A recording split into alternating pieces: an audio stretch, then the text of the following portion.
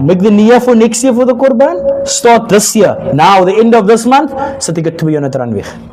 Aniyala barang haji, ek 2400 rand. Ek het 'n skaap sig ja. Simple as that. It's all about the intention, all about the niyyah.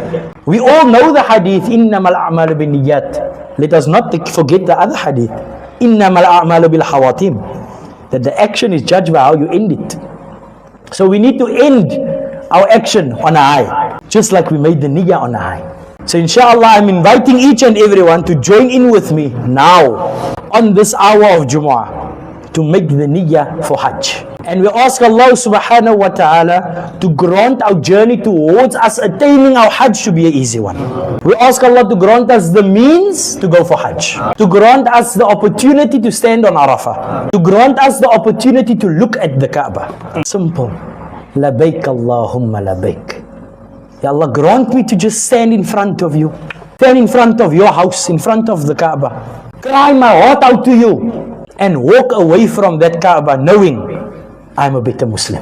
Not a better person, a better Muslim. Remember that Makkah can't change a person. Makkah can't live for you change. You need to change yourself. So ask Allah to make you a better Muslim.